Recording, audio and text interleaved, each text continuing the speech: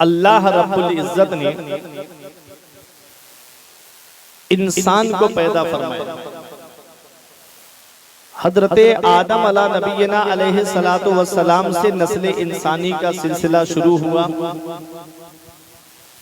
अल्लाह रब्बुल इज्जत ने सबसे बड़ा मकाम जिस जमात को अता फरमाया है वो अंबियाए किराम की जमात है, वो नबियों की जमात है।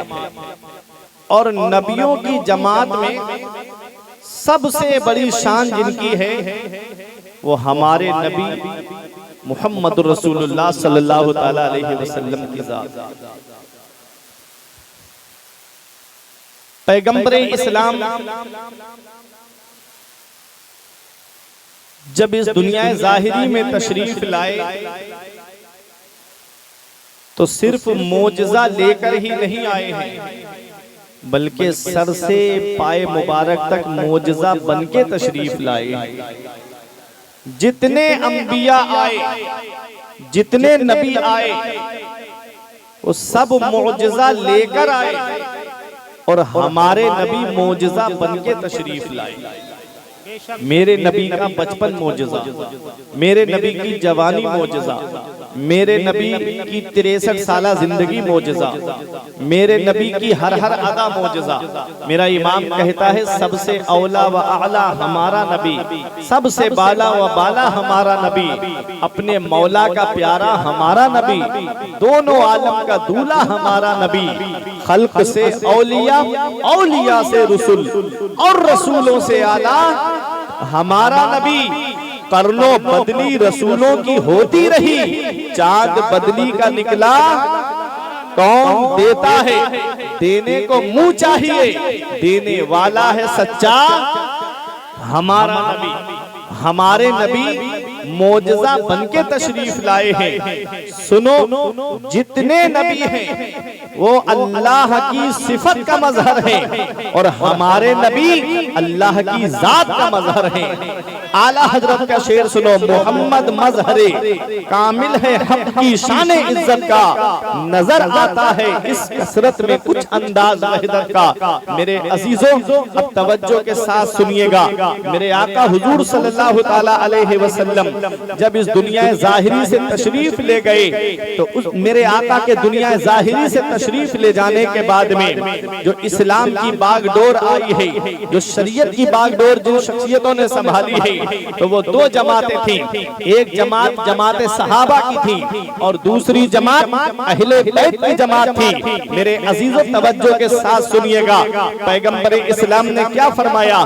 मेरे आका फरमाते हैं, मैं तुम्हारे दरमियान दो भारी चीजें छोड़कर जा रहा हूँ, एक कुरान, दूसरा अहले बैत। इनका दामन मजबूती से पकड़े रहोगे, कभी गुमराह नहीं होगे।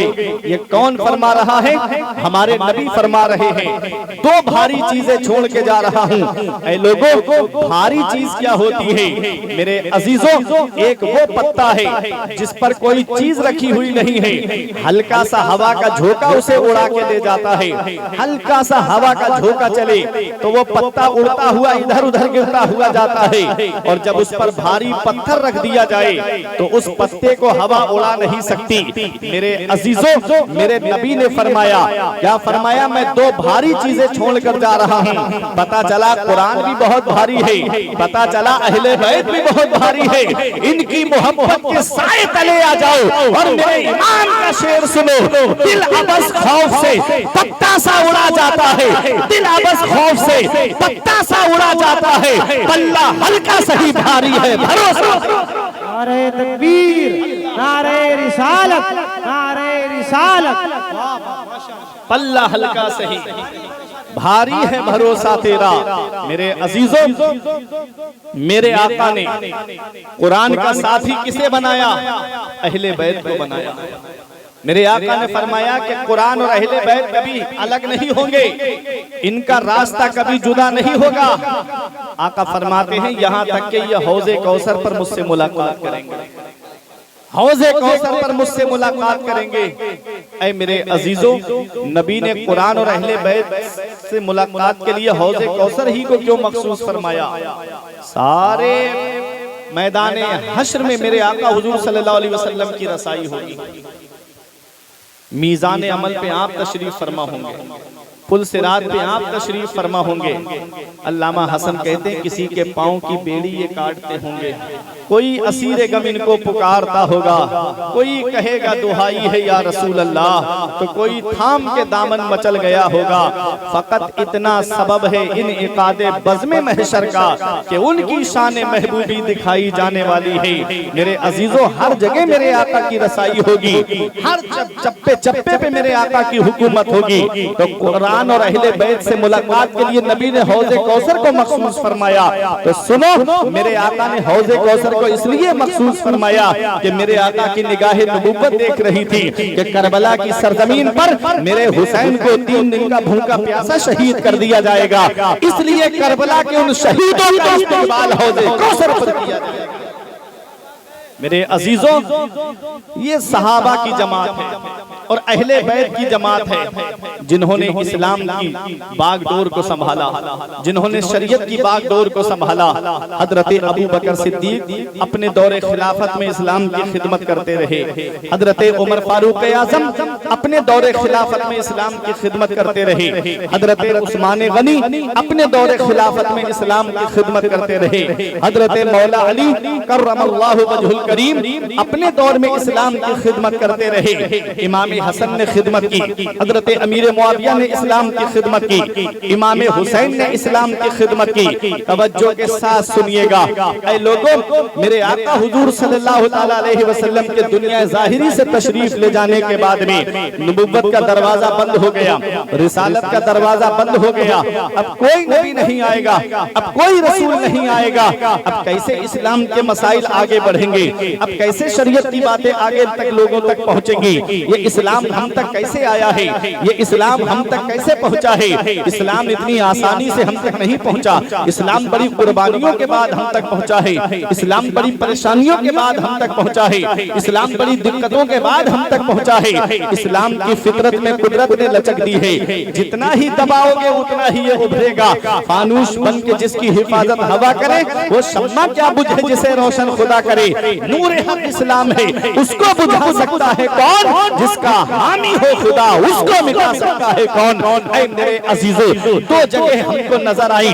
हम जब दुनिया के मामलात पर नजर डालते हैं कि ये इस्लाम की बागडोर को अवाम तक कैसे पहुंचाया गया है, तो सुनो, शरीयत की बातें अवाम तक कैसे पहुंची हैं। तो 2 जमातें हमारी निगाहों के सामने आई। एक वो जमात है जो खानकाह में बैठ करके इस्लाम की खिदमत करती है, और दूसरी वो जमात है जो मस्जिद और मदरसे से जुड़ करके इस्लाम की खिदमत करती है।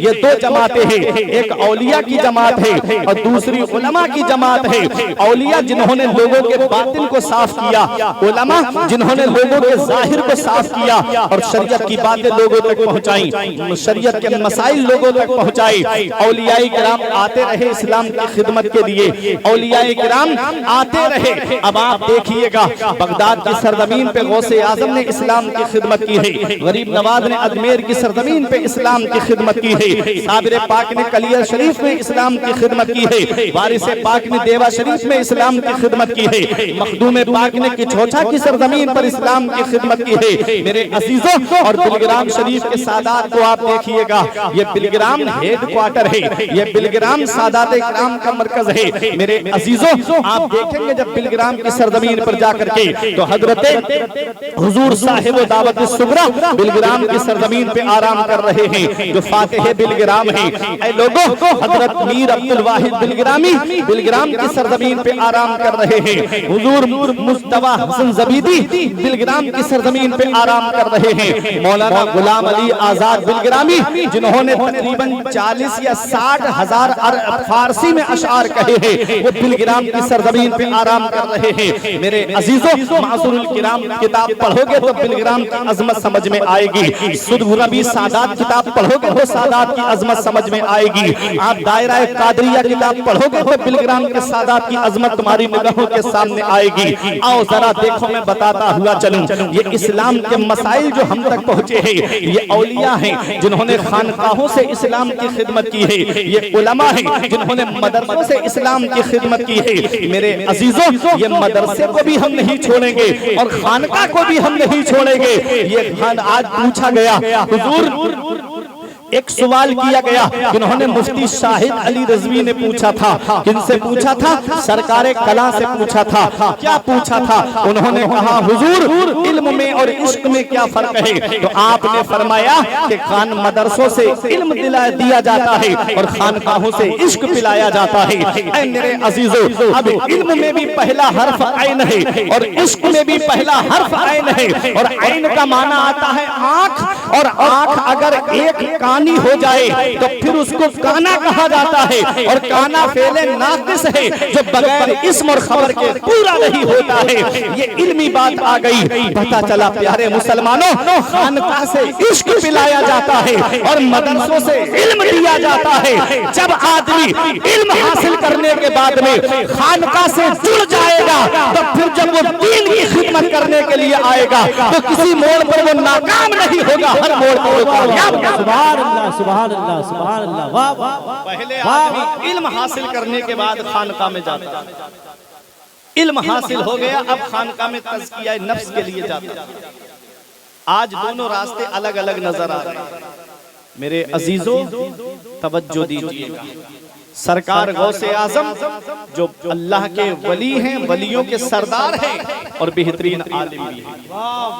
सरकार गौसे आजम पीराने पीर हैं, रोशन जमीर हैं, कुतुब रब्बानी हैं, महबूब सुबहानी हैं, शाहबाज़े लामकानी हैं, पीरे लासानी हैं, फर्दुल अफराद हैं, कुतुबुल अक्ताब हैं, सैयदुल अस्याद हैं, जय्यदुल अजियाद हैं। कौन गौसे आजम हैं? तारीख उठा करके आप देखेंगे तो जब आपकी रस्म बिस्मिल्लाह ख्वानी होती है तो गौसे आजम के उस्ताद ने कहा, बेटा पढ़ो। आपको जब बिस्मिल्लाह शरीफ पढ़ाई, औज़ुबिल्लाह पढ़ाई, तो सरकार गौसे आजम ने पहला पारा पढ़ा, दूसरा, तीसरा, चौथा, पांचवा, छठा, पर रिवायतें मुख्तलिफ 17 या 18 पारे अपने उस्ताद को एक बैठक में सुना दिए गौसे आजम ने।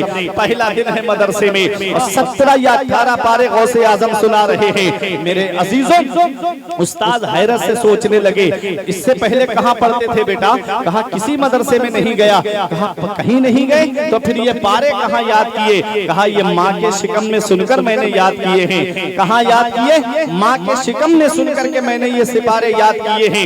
ऐ मेरे अजीजों, जरा तवज्जो दीजिएगा। बच्चे पर माँ का असर जरूर पड़ता है। माँ जब गाने सुनने वाली होती है तो बच्चा टिकटॉक पे डांस करता नजर आता है। माँ जब फिल्में देखने वाली होती है तो बच्चा भी फिल्मों के डायलॉग बोलता हुआ नजर आता है। और माँ जब नेक होती है, माँ जब मुत्तकिया होती है तो औलाद भी मुत्तकी और परहेजगार होती है। अरे तुमने देखा नहीं? देखो तारीख उठा करके, माँ जब कुरान पढ़ने वाली फातिमातुज़ ज़हरा होती है तो बेटा नेज़े पे चढ़ के कुरान सुनाने वाला हुसैन होता है। माँ जब उम्मुल खैर फातिमा होती है तब बेटा बगदाद का गौसे आजम होता है। माँ जब माहे नूर बीबी होती है तो बेटा हिंदुस्तान का बादशाह गरीब नवाज होता है। माँ जब साबिरा होती है तब बेटा अलाउद्दीन अली अहमद साबिर होता है। माँ जब आबिदा होती है तब बेटा बाबा फरीदुद्दीन गंजे शकर होता है। माँ जब जाहिदा होती है तब बेटा मखदूम अशरफ जहांगीर सिमलानी होता है। माँ जब मुत्तकिया हो और बाप मुत्तकी हो तो बेटा इमाम इश्क व मोहब्बत आला हजरत होता है। अरे बाप आला हजरत जैसा हो और माँ परहेजगार हो तो बेटा हुज्जतुल इस्लाम होता है। माँ जब नेक हो और बाप मुत्तकी हो तो बेटा मुफ्ती आजम होता है। अरे बाप वो है जो मुफस्सिरे कुरान है और माँ वो है जो अपने जेवर देकर मंजर इस्लाम के मुदर्रिसों की तनख्वाह अदा कर दे तो उसके शुक्र से जो बेटा दुनिया में आता है उसी बेटे को दुनिया का जो शरिया के नाम से नारे तकबीर, नारे रिसालत, मसलके आला हजरत, बस्ती बस्ती करिया करिया, आमदे सरकार हुसैन मिल्लत। मेरे अजीजों, इसलिए अपने घरों में दीनी माहौल कायम करो, अपने घरों में शरीयत का माहौल कायम करो, अपने घरों के अंदर नबी की शरीयत का माहौल कायम करो। आज हमारे घरों से नबी की शरीयत उठती जा रही है, आज हमारे घरों से दीनी माहौल खत्म होता जा रहा है। जिन घरों से कभी कुरान की तिलावत की आवाज आती थी, आज उन घरों से फिल्मी गानों की आवाजें आ रही हैं। जिन घरों के अंदर से कभी कुरान की तिलावत की आवाज आती थी, आज उन घरों के अंदर से झूठी खबरों की आवाजें आ रही हैं, गानों की आवाजें आ रही हैं, फिल्मों की आवाजें आ रही हैं। मेरे अजीजों, मौत का कोई भरोसा नहीं। कभी दौलत पे घमंड आए, कभी पैसे पे नाज होने लगे, कभी सेहत पे तकब्बुर आने लगे, कभी बच्चों की नौकरी पे घमंड होने लगे। तो एक चक्कर कब्रिस्तान का लगा के देख लिया करो, वहां तुमसे ज्यादा दौलत वाले लेते हैं, वहां तुमसे ज्यादा पैसे वाले लेते हैं, वहां तुमसे ज्यादा सरमाए वाले लेते हैं। और जिनकी नाक पे कभी मक्खी नहीं बैठती थी, आज उनके जिस्म को मिट्टी ने गला सड़ा करके एक तरफ कर दिया। घमंड किस बात पे, तकब्बुर किस बात पे? मरने के बाद कब्र के अंदर जाना है। मेरे अजीजों, उस कब्र की तैयारी करो। वो कब्र जो अंधेरी कोठरी है, वो कब्र जो तारीकी का घर है, वो कब्र जो अंधेरी का अंधेरा घर है। रोशनी की हमें आदत और घर तीर व तार है, क्या होना है? दूर जाना है, रहा दिन थोड़ा, मत में क्या मार है, क्या होना है? आज दुनिया के चक्कर में हम पागल हुए जा रहे हैं। बस दुनिया हासिल हो जाए, दुनिया हासिल हो जाए। अल्लाह फरमाता है, अल्हाकुमुत तकासुर हत्ता ज़ुरतुमुल मकाबिर। माल की ज्यादा तलवी ने तुम्हें गाफिल रखा, यहाँ तक कि तुमने कब्रों का चेहरा देख लिया।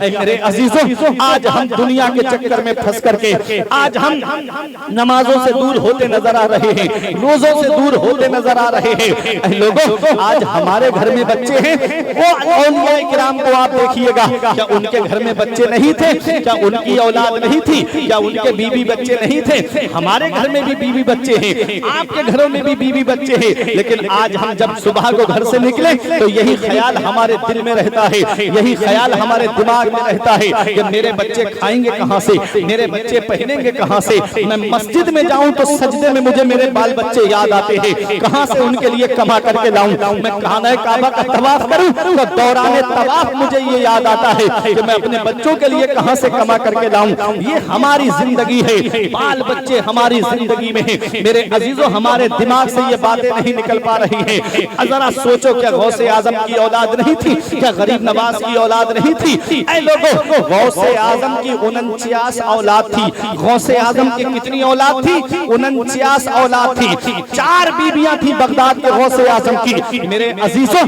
लेकिन क्या फर्क है हमारी जिंदगी में और उनकी जिंदगी में? तो हम जब सोचते हैं तो हर वक्त अपने बाल बच्चों के बारे में सोचते हैं। जरा गौसे आजम की जिंदगी को आप देखिएगा। गौसे आजम की जिंदगी जब आप देखेंगे तो गौसे आजम के मुरीद का कहना है, मैंने अपने शेख को अपनी आंखों से देखा कि मेरे शेख ने 40 साल इशा के वुजू से फजर की नमाज पढ़ी।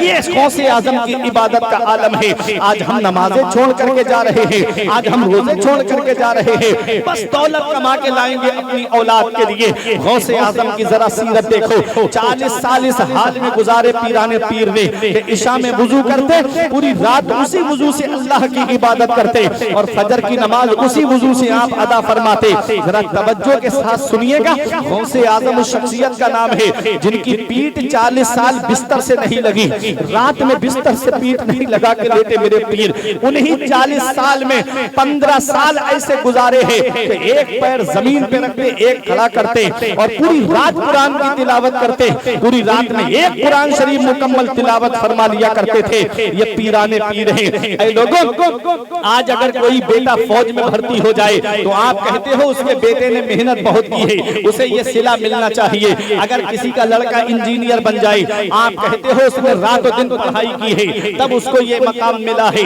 आज अगर किसी का बेटा किसी आला पोस्ट पे पहुंच जाए और उसकी जॉब लग जाए, आप कहते हो उसने पढ़ाई भी तो बहुत की है, उसे ये मकाम मिलना चाहिए। ये दुनिया वालों का हाल है कि वो मेहनत करें तो उनको मकाम मिल जाए तो आप उनकी तारीफ करते हो। सरकार गौसे आजम को जो मकाम मिला है वो पीराने पीर हैं, वो रोशन ज़मीर है, तो जरा उनकी मेहनतें भी तो देखो। 40 साल इशा के वुजू से फजर की नमाज पढ़ रहे हैं गौसे आजम। उन्हीं 40 साल में 15 साल ऐसे गुजार रहे हैं कि पूरी रात कुरान की तिलावत करते हैं और एक रात में एक कुरान शरीफ मुकम्मल तिलावत फरमा लिया करते हैं। जरा सोचिए तो सही, पीराने पीर की जिंदगी हम देखिए। 25 साल जंगलों में आपने मुजाहिदा करके गुजारा गुजारा। मेरे गौस फरमाते मैं गिरी पड़ी चीजें खा के गुजारा करता, दरख्तों के पत्ते खा के गुजारा करता, दरख्तों की छाले खा करके गुजारा करता। मेरे गौस फरमाते हैं दौरान तालिबे इल्मी मैंने इतनी परेशानियां उठाई, कहते एक दिन मैं बहुत परेशान हो गया भूख की वजह से, तो मैंने सोचा लाओ कर के खंडरात में चला जाता हूँ,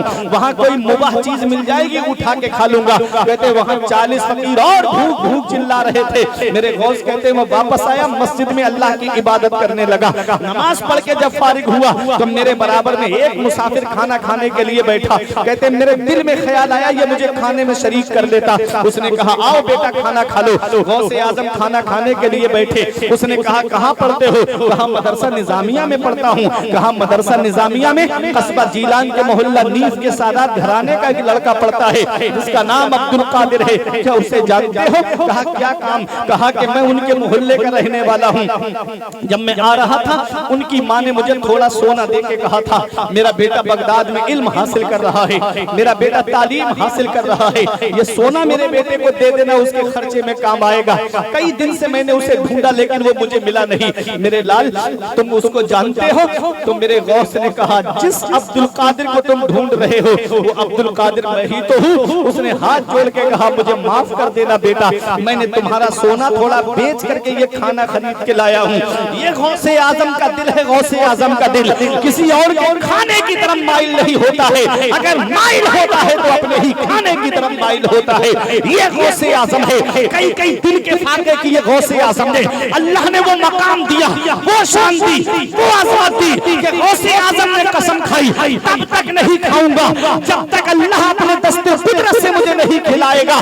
कई दिन गुजरने के बाद में गौसे आजम के पीर मुर्शिद और उनके उस्ताद हजरत अबू सईद मखजूमी एक तबाक में खाना लेकर आए। अब्दुल कादिर ये खाना खा लो बेटा, ये खाना खा लो। हाथ नहीं लगाया खाने को, गैब से आवाज आती है या अब्दुल कादिर जीलानी बेहक़्क़ि अलैका कुल व बेहक़्क़ि अलैका युशरब।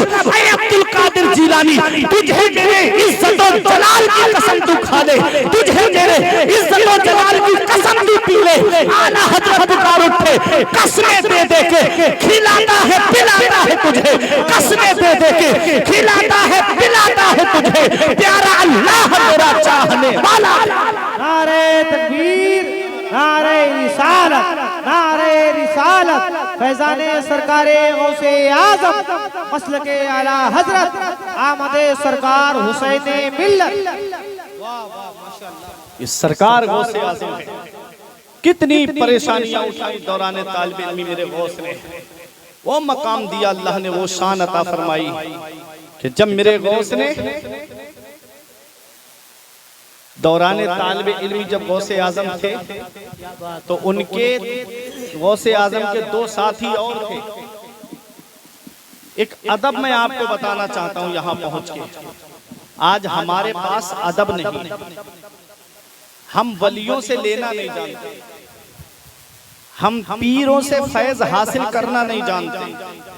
हम समझते हैं वो आए और उनके ऊपर टूट पड़ो, जितने लोगों ने हाथ चूम लिया बस वही फैज मिल गया।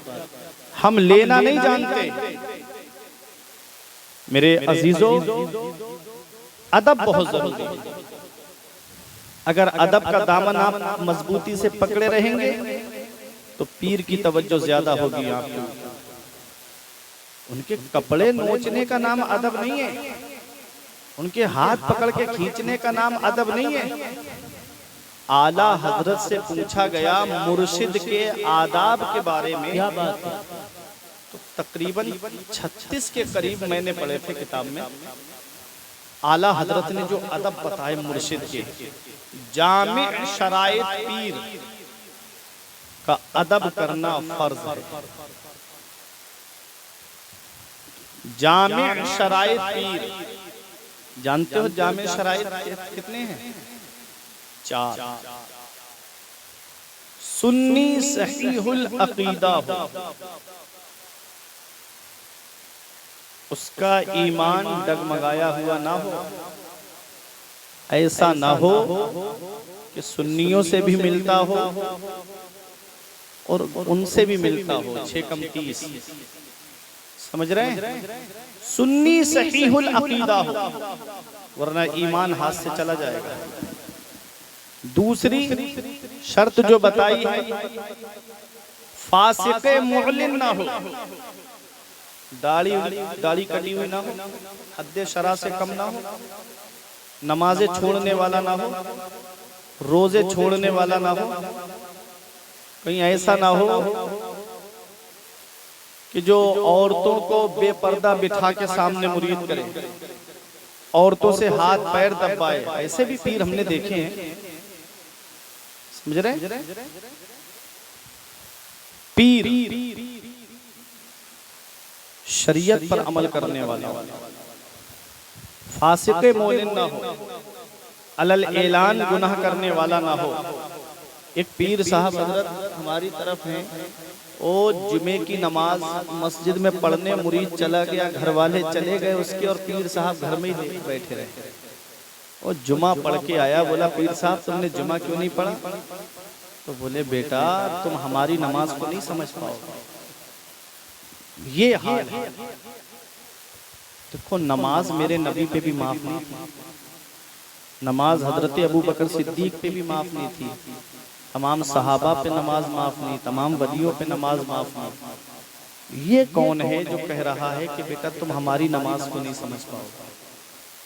और बाज तो ऐसी छोटी सी दाढ़ी है और मुरीद हैं उनकी दाढ़ी के बारे में कहा गया तो कह रहे थे कि मौला अली की भी तो दाढ़ी छोटी छोटी थी। ऐसे भी है, सोशल मीडिया पे है पड़ा हुआ सब मामला। मौला अली शेर खुदा की जिसमें मुबारक के बारे में पढ़ा तो किताबों में लिखा है कि मौला अली शेर खुदा की दाढ़ी घनी थी और लंबी थी। समझ रहे? पीर फासिक़े मोलिन ना हो, हद्दे शरा से कम दाढ़ी ना हो उसकी। तीसरी जो शर्त बताई है वो ये है कि इतना इल्म रखता हो कि अपनी जरूरत के मसाइल किताबों से निकाल सके। और चौथी जो शर्त है उसका सिलसिला मदीने वाले मुस्तफ़ा तक मुत्तसिल हो। क्या बात है? उसका सिलसिला मदीने वाले मुस्तफ़ा तक मुत्तसिल हो, मिला हुआ हो। आज जो शख्सियत हमारे और आपके दरमियान तशरीफ फरमा है, आप इनको देखिए, नूरानी चेहरे को देखिए, कादरियत और चिश्तियत दोनों का संगम बैठे हैं। मैंने क्या कहा? कादरियत और चिश्तियत, और दोनों सिलसिले वो हैं। चिश्ती सिलसिले के बारे में भी ये बशारत है कि जब आपके पीरो मुर्शिद ख्वाजा उस्मान हारूनी, अरवनी बोलते लेकिन जुबान पे हारूनी चढ़ गया इसलिए मैं आपको बता रहा हूँ। ख्वाजा उस्मान हारूनी जब लेके गए आपको हज कराने के लिए, तो जब आप काबे का तवाफ कर रहे थे तो ख्वाजा उस्मान हारूनी ने कहा कि मौला मेरे मुरीद को अपनी बारगाह में कबूल फरमा लो। तो आवाज आई, हमने तुम्हारे मुरीद को कबूल किया। मांग मोइनुद्दीन क्या मांगता है? अर्ज किया मेरे ख्वाजा ने, मौला तू अलीमुम बिज़ाति सुदूर है, तू दिलों के राज जानता है। फिर आवाज आई, मांग ले जो मांगना चाहता है। फिर अर्ज किया मौला तू तो सब जानता है। फिर आवाज आई, मांग जो मांगना चाहता है। अर्ज किया मौला तू सब जानता है। आवाज आई, जो तुम्हारे सिलसिले का होगा उसे उस वक्त तक मौत नहीं आएगी जब तक उसे मैं तौबा की तौफीक। वाह वाह वाह, ये है चिश्ती सिलसिला। अब आइए कादरी सिलसिला। और जितने सिलसिले हैं ये सब में फैज गौसे आजम का आया है। क्या बात है? याद रखना, सब में फैज गौसे आजम का आया है। मजराए चिश्तो बुखारा हो इराक व अजमेर, कौन सी किश्त पे बरसा नहीं झाला तेरा। कौन सी किश्त पे बरसा नहीं झाला तेरा। ऐ मेरे अजीजों, सरकार गौसे आजम का फैज हर सिलसिले में आया। आप देखें, चिश्ती सिलसिले में फैज गौसे आजम का आया। सरकार गौसे आजम ने जब ऐलान किया मेरा ये कदम हर अल्लाह के वली की गर्दन पे है, तो जितने औलिया मजलिस में थे सबने गर्दन झुका दी। ख्वाजा गरीब नवाज खुरासान की पहाड़ियों में मुजाहिदा कर रहे थे, वहीं से आवाज लगाते हैं, ऐ गौसे आजम, आपका कदम सिर्फ मेरी गर्दन पर ही नहीं है बल्कि मेरी आंखों पर भी है, मेरे सर पर भी है, मेरे दिल पर भी है। आला हजरत के बेटे मुफ्ती आजम पुकार उठे, ये दिल, ये जिगर है, ये आंख है, ये सर है, जहां चाहो रखो कदम गौसे आजम, जहां चाहो रखो कदम गौसे आजम। ख्वाजा गरीब नवाज ने जब ये कहा कि मेरे दिल पर भी है, मेरे सर पर भी है, मेरी आंखों पर भी है, तो गौसे आजम ने फरमाया, गयासुद्दीन का बेटा सबकत ले गया, गयासुद्दीन का बेटा सबकत ले गया, हमने तुम्हें हिंदुस्तान का बादशाह बना दिया। क्या फरमाया? हमने तुम्हें हिंदुस्तान का बादशाह बना दिया, बादशाह बना दिया। आज भी कुर्सी पे कोई भी बैठे, राजा तो मेरा ख्वाजा है। ख्वाजा गरीब नवाज के लिए गौसे आजम ने फरमाया, गयासुद्दीन का बेटा सबकत ले गया, हमने उसे हिंदुस्तान का बादशाह बना दिया। ये है ख्वाजा गरीब नवाज पर गौसे आजम का फैज। अब सुनिएगा, गौसे आजम गुजर के जा रहे थे, आपने फरमाया एक मकाम पे खड़े होकर के कि मुझसे काफी साल के बाद में एक अल्लाह का वली यहाँ पैदा होगा, नाम उसका शेख बहाउद्दीन नक्शबंद होगा। गौसे आजम ने उनके ताल्लुक से फरमाया और दुनिया ने देखा कि जो नक्शबंदी सिलसिला चला, शेख बहाउद्दीन नक्शबंद रहमतुल्लाह अलैह से चला। हजरत शेख शहाबुद्दीन उमर सोहरवर्दी, इनको इल्मे कलाम से बहुत लगाव था। गौसे आजम की बारगाह में इनके चचा लेकर आए, कहा ये इल्मे कलाम से बड़ा लगाव रखता है। गौसे आजम ने करीब किया और अपना हाथ उनके सीने पर रखा, उसके बाद सवाल किया, उनको ऐसा लगा कि उनके अंदर अब इल्म है ही नहीं, सारा इल्म खत्म। फिर गौसे आजम ने सीने से लगाया तो उनको गौसे आजम ने उनका सीना जो है वो इल्म मारिफत से भर दिया। तो जो सोहरवर्दी सिलसिला चला है वो शेख शहाबुद्दीन उमर सोहरवर्दी से चला है। ये सिलसिले आपने सुन लिए। अब आला हजरत का शेर सुनो, मजराए चिश्त बुखारा हो इराको अजमेर, कौन सी किश्त पे बरसा रही झाला तेरा, हर सिलसिले में फैज न आया तेरा। ये सरकार गौसे, हर सिलसिले में फैज है आया तेरा, ये सरकार गौसे आजम की शान है। मेरे अजीजों जरा तवज्जो के साथ सुनिएगा, गौसे आजम ने जब ऐलान किया मेरा ये कदम हर अल्लाह के वली की गर्दन पर है, तो उस वक्त जितने औलिया थे सबने जवाब दिया गौसे आजम का कदम तमाम औलिया की गर्दन पर है। तो जो अब बाद में आए हैं उन तक गौसे आजम की आवाज कैसे पहुंची, जो पहले हैं उन तक गौसे आजम की आवाज कैसे पहुंची। तो मेरे अजीजों मैं आपको बताना चाहता हूं, आवाज देना गौसे आजम का काम है और पूरी दुनिया में पहुंचाना परवरदिगारे आलम का काम है।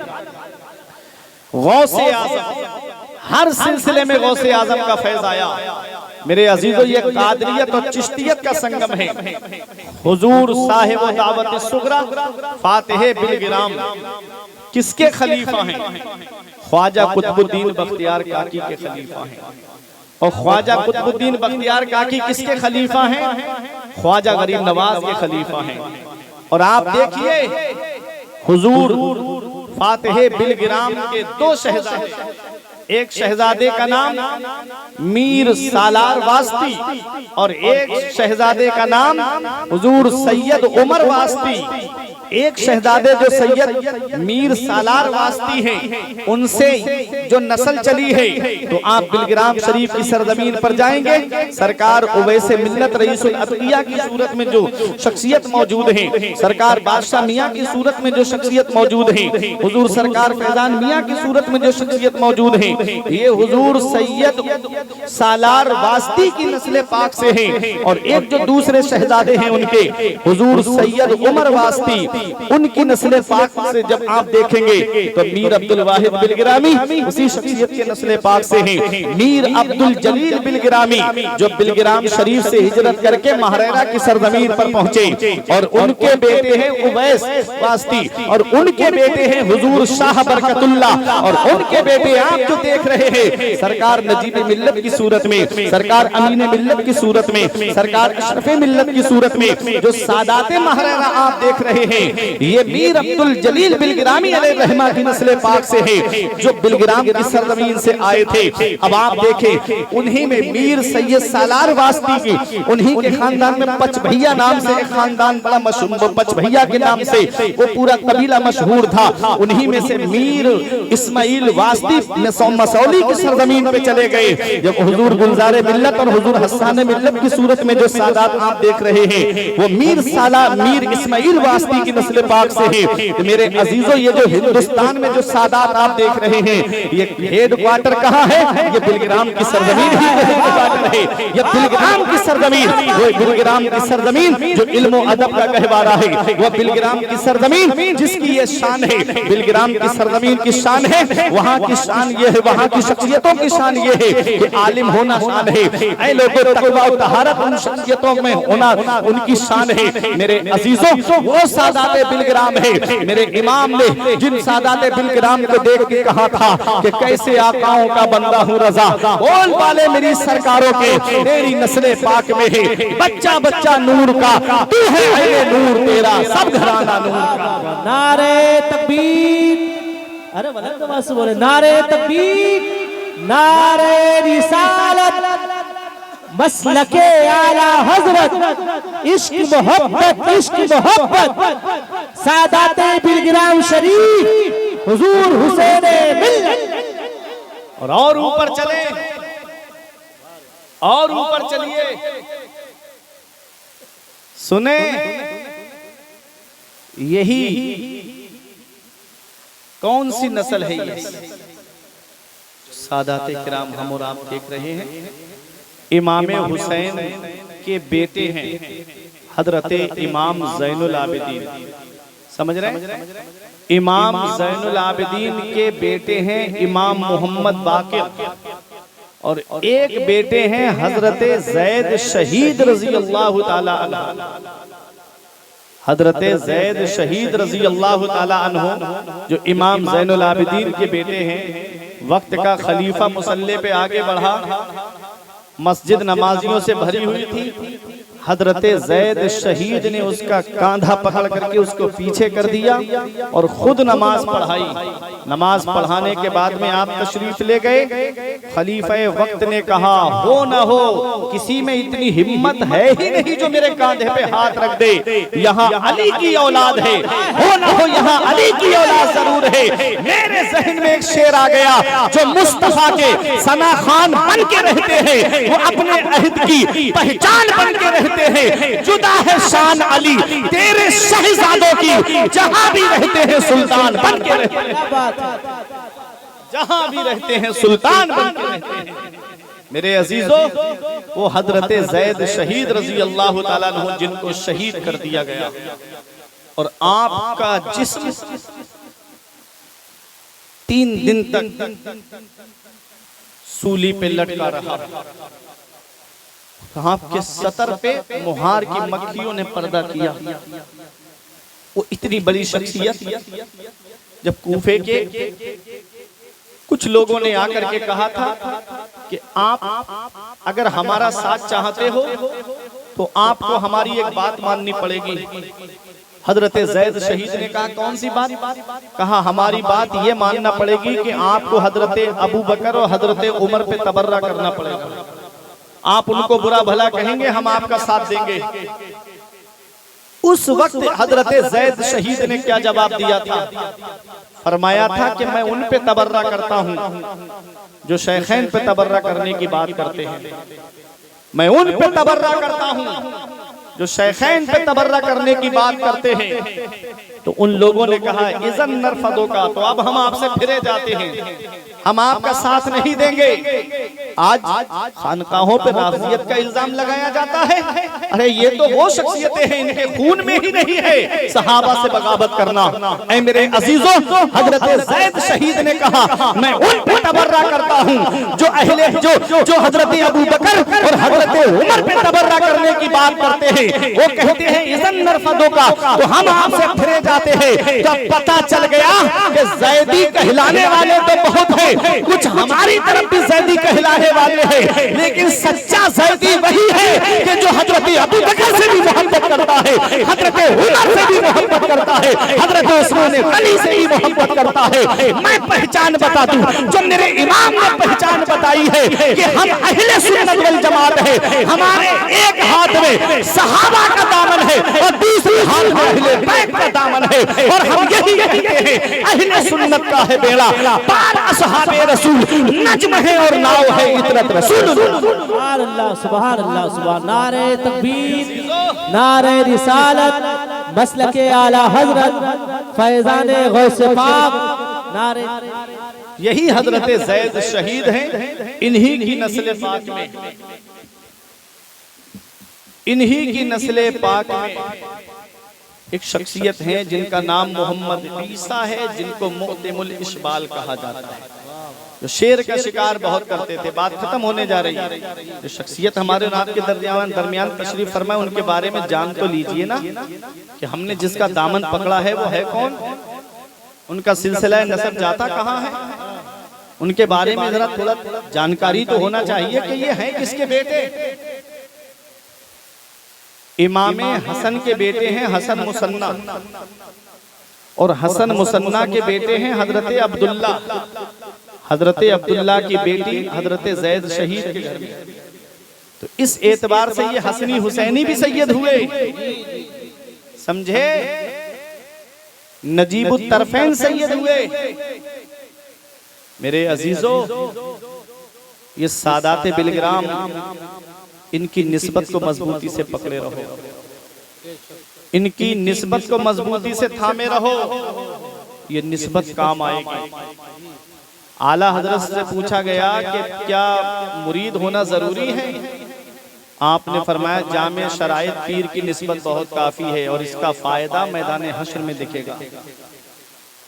ये निस्बत मेरे इमाम ने क्या कहा था, गौसे आजम की बारगाह की तरफ निस्बत करते हुए, गौसे आजम तुझसे दर, दर से सग और सग से है मुझको निस्बत, तुझसे दर, दर से सग और सग से है मुझको निस्बत, मेरी गर्दन में भी है दूर का डोरा तेरा।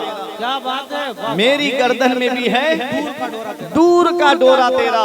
गौसे आजम का दरबार, दरबार में लंगर, लंगर पे मेहमानों ने खाना खाया, हड्डियां जमीन पे फेंकी, उन हड्डियों पे गुजर बसर करने वाला कुत्ता। आला हजरत कहते हैं कि अहमद रजा को उस कुत्ते से निस्बत है। अल्लाह अकबर, उस कुत्ते से निस्बत है। उसके बाद कहते हैं इस निशानी के जो सग है नहीं मारे जाते, इस निशानी के जो सग हैं नहीं मारे जाते। हश्र तक मेरे गले में रहे पट्टा तेरा, हश्र तक मेरे गले में रहे पट्टा तेरा।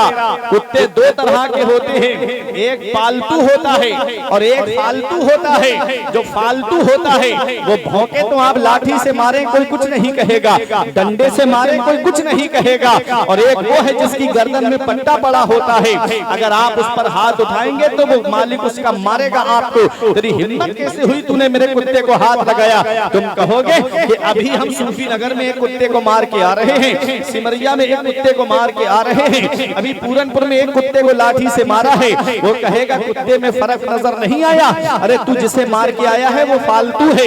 कहा और ये जो मेरा कुत्ता है ये मेरा पालतू है। कहा पहचान, कहा इसकी गर्दन में जो पट्टा पड़ा है वो मेरी गुलामी का पहचान है, ये मेरा गुलाम है, ये पट्टा मेरा मेरा मैंने डाला है, मैं इसका मालिक हूँ। ऐ मेरे अजीजों, हम खुश हो गए कि जब दुनिया का कुत्ता किसी दुनियादार की गुलामी का पट्टा गर्दन में डाल ले तो वो मार से बच जाता है। हमने अपनी गर्दन में किसी दुनियादार की गुलामी का पट्टा नहीं डाला है, हमारी गर्दन में गौसे आजम की गुलामी का पट्टा पड़ा है, गरीब नवाज की गुलामी का पट्टा पड़ा है। और हमको नाज है कि इस निशानी के जो सग हैं नहीं मारे जाते, इस निशानी के जो सग हैं नहीं मारे जाते। हश्र तक मेरे गले में रहे पट्टा तेरा। नारे तकबीर, नारे रिसालत, फैजाने गौसे आजम, वाहिदुल्ला, आमदे हुजूर हुसैने मिल्लत। हश्र तक मेरे गले में रहे पट्टा तेरा। फिर कहते हैं मेरी किस्मत की कसम खाएं सगाने बगदाद, हिंद में हूं भी तो देता रहूं पहरा तेरा। यही पैगाम तो ये खानकाहें दे रही हैं, इन खानकाहों के सज्जादा नशीन दे रहे हैं। यही पैगाम महरेरा की सरजमीन से दिया जा रहा है। यही पैगाम बिलग्राम शरीफ की सरजमीन से दिया जा रहा है। यही पैगाम मसौली शरीफ की सरजमीन से दिया जा रहा है। यही पैगाम कालपी शरीफ की सरजमीन से दिया जा रहा है। और यही पैगाम पीलीभीत शरीफ की सरजमीन से दिया जा रहा है। कौन सा पैगाम है वो? मैं उनकी बात करता हूं जो फर्मा बरदार हैं। कौन सा पैगाम है कि मसलके आला हजरत पे कायम रहो, मसलके आला हजरत पे कायम रहो। जिंदगी दी गई है इसी के लिए, और कहते हैं कि जिंदगी ये नहीं है किसी के लिए, जिंदगी है नबी की, नबी के लिए। यही पैगाम सरकार हुसैन मिल्लत का है कि मसलके आला हजरत पे कायम रहो। आला हजरत को कभी मत छोड़ना। आला हजरत खानकाहों की पहचान है। आज जो हम चादर लेके जाते हैं ना, फूलों की चादर, ये सदका है बरेली के अहमद रजा खान का, ये अतिया है बरेली के इमाम अहमद रजा खान का। न जाने सुन्नियत पर और कितनी आफतें आती, बरेली में अगर अहमद रजा पैदा नहीं होते। तो मेरे अजीजों, मसलके आला हजरत पे कायम रहो। जिंदगी दी गई है इसी के लिए। और मैं जो बात कहां से निकली कि पीर के अदब के बारे में पूछा गया आला हजरत से, तो मेरे इमाम ने बताया कि जामे शरायत पीर का अदब फर्ज है। पीर जहां बैठे मुरीद वहां पर ना बैठे। पीर जिस बर्तन से वुजू करे मुरीद उस बर्तन से वुजू ना करे। अदब की बात बता रहा हूं मैं, जो आदाब गिनाए हैं। पीर की कोई भी चीज मुरीद बगैर पीर की इजाजत के हाथ ना लगाए। बहुत से आदाब हैं पीर के। मेरे अजीजों, ये निस्बत है। और पीर की जब बात आ गई तो एक बात और बता दूं, परेशान तो नहीं है आप? दिल्ली गए हो आप? गए हैं दिल्ली आप? दिल्ली में हजरत ख्वाजा निजामुद्दीन औलिया के आस्थाने पे हाजिरी दी है।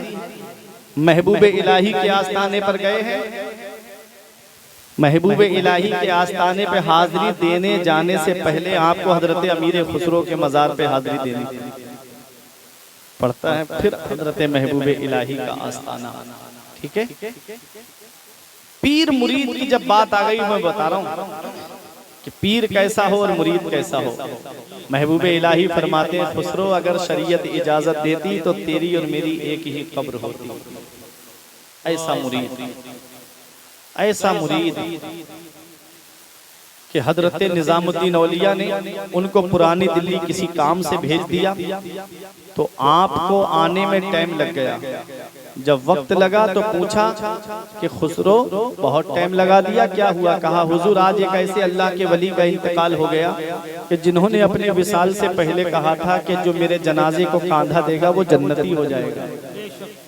तो कहा अच्छा, जन्नत लेने चले गए थे, तुम भी कांधा देने चले गए थे? तो हजरत अमीर खुसरो ने कहा कि नहीं हुजूर, जब मैंने ये सुना तो अपने आप को एक कमरे में बंद कर लिया। कहा ताज्जुब है, जन्नत जब मुफ्त मिल रही थी तो लेने क्यों नहीं गए? तो हजरत अमीर खुसरो ने कहा कि हुजूर, अगर मैं जनाजे को कांधा दे देता, वली का फरमान हक है अपनी जगह, लेकिन मेरी मोहब्बत को लोग ताना देते कि खुसरो को अपने पीर पे भरोसा नहीं था, इसलिए दूसरों से जन्नत ले गया था। मेरे शेख, आपकी बारगाह में किस चीज की कमी है? जन्नत भी लूंगा तो आप ही के वसीले से लूंगा। उस वक्त फरमाया था ख्वाजा निजामुद्दीन औलिया देलवी ने कि खुसरो अगर शरीयत इजाजत देती तो तेरी और मेरी एक ही कब्र होती। ये है हजरत अमीर खुसरो। आज हमारे यहाँ पर अगर कोई साइल मांगने के लिए आ जाए तो हम उसको झिड़क देते हैं। महबूब इलाही की बारगाह में एक सैयद साहब आए और कहा हुजूर, बेटियों की शादी करनी है, इतने पैसे नहीं है कि मैं उनके हाथ पीले कर सकूं। सरकार मदद कर देते, सरकार मदद कर देते। मैंने देखा है सरकार हुसैन मिल्लत जब बैठते हैं खानका में तो कितने लोग आते हैं। कोई पानी लेके आता है, कोई तावीज़ लेने आता है, कोई दुआ कराने के लिए आता है। उसमें ऐसे भी आते हैं जो कहते हैं हजरत थोड़ा सा मदद करवा देते, हमारे घर में बेटियां जवान हैं, उनकी शादी कर। तो सरकार खुद भी मदद करते हैं और अपने जो अहले सरवत मुरीद हैं उनसे भी कहते हैं कि इसकी मदद करो। ये आदत है। ऐसे खुश मिजाज मुस्कुरा के मिलने वाली शख्सियत का नाम सरकार हुसैन इब्न थे। मेरे अजीजों, सैयद साहब ने कहा हजरत कुछ कर देते इंतजाम। तो आपने मुरीद से पूछा क्या अंदर कुछ है, नजर आई है कुछ? मुरीद ने कहा हुजूर आज तो कोई नजर नहीं आई। तो हजरत महबूब इलाही ने फरमाया कि आप हमारी जूतियां ले जाओ और जितने की बिके उतने पैसे रख लेना अपने पास। अब बताओ जूती कितने की बिक जाएंगी? जूती कितने की बिकेंगी? आप यहाँ से जूती लेके चले जाएं सरकार हुसैन मिल्लत की, बेचेंगे तो कितने पैसे मिल जाएंगे? आप 100 रुपए मिल जाएंगे। कोई बहुत चाहने वाला मुरीद हुआ तो आपको 500 दे देगा, 1000 दे देगा। 1000 में कैसे शादी का इंतजाम हो जाएगा? लेकिन वो अकीदत वाले थे, सवाल नहीं किया। दिल में ख्याल आया कि आया था पैसे लेने के लिए, दे दी जूतियां अपनी। उठाई जूतियां, अदब के साथ लेके चले गए। और जब गए तो रात हो गई, एक मुसाफिर खाने में लेट गए आराम करने के लिए। उधर से हजरत अमीर खुसरो एक जंग से वापस हो रहे थे और आपको 7000 अशरफियां मिली थी। कितनी? 7000।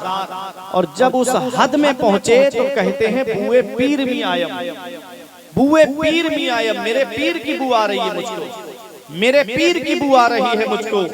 चले जा रहे हैं, मुंह पे चलते हुए चले जा रहे हैं। मुसाफिर खाने के अंदर गए, कहते हैं हमीजा अस्त, हमीजा अस्त, हमीजा अस्त, यही जगह है, यहीं से मेरे पीर की बुआ आ रही है, यहीं से मेरे पीर की बुआ आ रही है। सैयद साहब बेदार हुए, कहा क्या बात? कहा कि मेरे पीर की बुआ आ रही है। कहाँ से आए हो? कहा दिल्ली से आ रहा हूँ महबूब इलाही की बारगाह से। कहा तो? कहा मैंने उनसे सवाल किया कि कुछ अता हो जाता, बेटियों की शादी करनी है, तो कुछ दिया तो नहीं मुझे, ये जूतियां दे दी अपनी और कहा कि ले जाओ इसे। तो कहते हैं जूतियों में कितने पैसे मिल जाएंगे? तो मोहब्बत देखो ऐसी है, पीर से प्यार देखो ऐसा है, पीर से लगाव देखो ऐसा है। हजरत अमीर खुसरो कहते हैं कि सुनो कितने में बेचोगे? तो उन्होंने ये सोच के रेट नहीं बताए कि कहीं मैं ज्यादा बता दूं तो ये ले भी नहीं। तो कहा आप ही कुछ बता दीजिए। हजरत अमीर खुसरो ने क्या कहा? हजरत अमीर खुसरो कहते हैं ये 7000 अशरफियां मुझे मिली हैं, ये 7000 अशरफियां ले लो और मेरे पीर की जूतियां मुझको दे दो। और अगर ये कम तुमको लग रहा है तो मेरे साथ दिल्ली चलो, 7000 वहां रखी हुई है, मैं अपने पीर के लिए 7000 और तुमको दे दूंगा।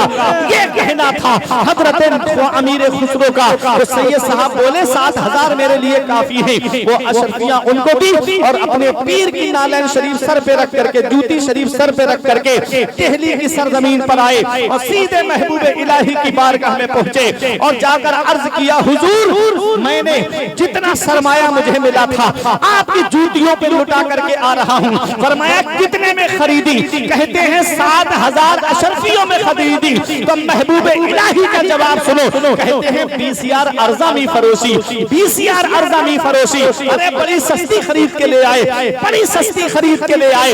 ये होती है पीरी, ये होती है मुरीदी। मेरे अजीजों, पीर हो तो महबूब इलाही के जैसा और मुरीद हो तो हजरत अमीर खुसरो। नारे तकबीर, नारे रिसालत।